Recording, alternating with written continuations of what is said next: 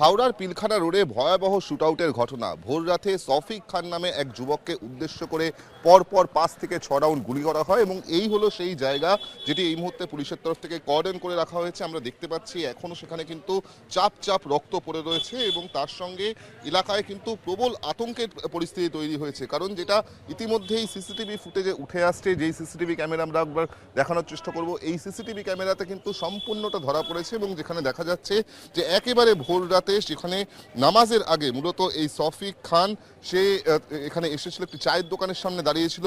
তখনই হারুল বলে এক ব্যক্তি এবং রোহিত বলে আরেক যুবক তারা কিন্তু তার সঙ্গে কথা বলতে আসে এবং আচমকাই বন্দুক বার করে, পিস্তল বার করে তার মাথায় প্রথমে গুলি করা হয় এবং তার মৃত্যু নিশ্চিত করার জন্য কার্যত পর তার বুকে গুলি করা হয়। ঘটনাস্থলেই মৃত্যু হয় সফিক খানের এবং এই মুহূর্তে পুলিশের তরফ থেকে তদন্ত শুরু করা হয়েছে। আমরা দেখতে পাচ্ছি এলাকায় ইতিমধ্যেই পুলিশের পিকেট বসানো হয়েছে এবং তার সঙ্গে সঙ্গে এলাকাবাসীরা যেটা বলছেন যে তারা কিন্তু প্রবল আতঙ্কিত এই গোটা ঘটনার জুড়ে। যেভাবে এই ঘটনা ঘটলো, যেভাবে শুটআউটের ঘটনা ঘটলো, প্রাথমিকভাবে পুলিশ যেটা মনে করছে যে কোনো ব্যবসায়িক শত্রুতা থাকতে পারে যার জেরে এই গুলি চালানোর ঘটনা ঘটতে পারে। অপরদিকে পরিবারের তরফ থেকে যেটা জানানো হচ্ছে যে এই সফিক খান সে প্রমোটিং ব্যবসার সঙ্গে যুক্ত ছিল এবং এই প্রমোটিং ব্যবসাকে কেন্দ্র করে বিবাদের জেরেই মূলত এই গুলি চালানোর ঘটনা ঘটেছে এবং তাকে খুন হতে হয়েছে, এমনটা পরিবারের তরফ থেকে অভিযোগ করা হচ্ছে। মূলত এই হারুল এবং রোহিত দুজনেরই কিন্তু এই এলাকায় তাদের ক্রিমিনাল রেকর্ড রয়েছে এবং তার সঙ্গে সঙ্গে বিভিন্ন দুষ্কৃতিমূলক কাজকর্মের সঙ্গে তারা যুক্ত রয়েছে, এমনটাই কিন্তু স্থানীয় বাসিন্দাদের তরফ থেকে জানানো হচ্ছে।